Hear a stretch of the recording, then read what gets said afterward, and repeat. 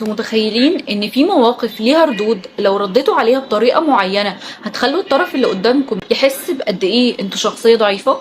انك دايما ترد بردود له زي ما تحب، اللي انت عايزه، اللي انت شايفه، زي ما تشوف. الردود دي كلها معناها انك دايما سايب القرار للطرف التاني من غير ما تقول رأيك، فده بيخليك تظهر شخصية ضعيفة.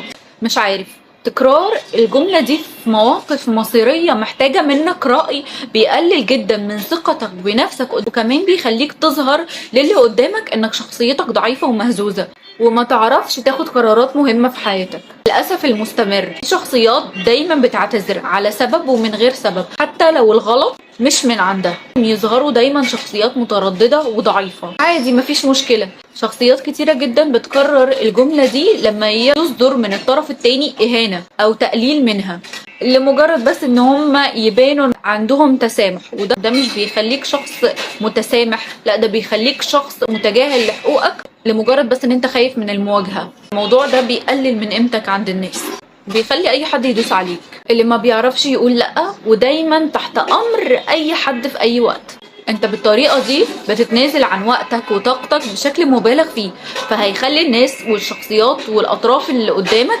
دايما بتستغلك. اشخاص كتيرة جدا تفضل انها تسكت بدل ما تقول اللي شافته وبدل ما تشهد شهادة حق. ده مش بيخليك شخص احسن، بالعكس ده بيخليك شخص لا يؤتمن. ده غير ان هو بيبين قد ايه ان انت ما عندكش شخصية. قولي اعمل ايه؟ تسليم القرارات لحد تاني بدل ما انت تاخد قراراتك بايدك، ده تخليك بني ادم غير واثق في نفسك. على المدى البعيد مش هتكون ضعيف الشخصية، لا ده انت مش هيكون عندك شخصية اصلا. وبس كده، سلام عليكم.